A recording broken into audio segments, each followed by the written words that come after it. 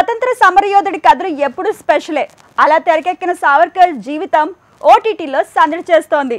మరి OTT audience నుంచి ఈ సినిమాకు రెస్పాన్స్ ఎలా ఉంది? ఇంకా ఈ వారం వచ్చిన వెబ్ సిరీస్లు, ఓటీటీ సినిమాల టాక్ ఇంకెలా ఉంది? ఓవరాల్ గా ఓటీటీ రౌండ్ అప్ మీకోసం.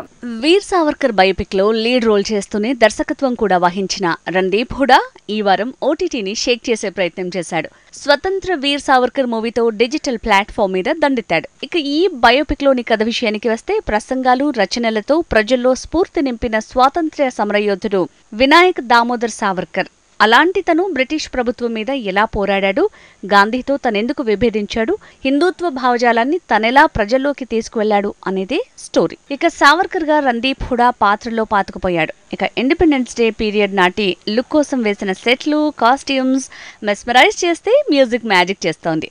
ఎటుచి మరీ డిటైల్డ్ సీన్స్ తో స్లో నరేషన్ లో కథ చెప్పడం వల్ల ఇదో డాక్యుమెంటరీ ఫీల్ కలుగుతోందంటున్నారు.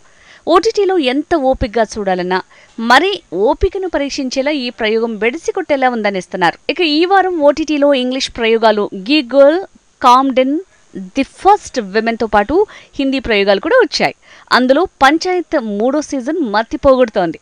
మొదటి 2 సిరీస్ల కంటే 3వ సీజన్ కి భారీగా రెస్పాన్స్ వస్తోంది.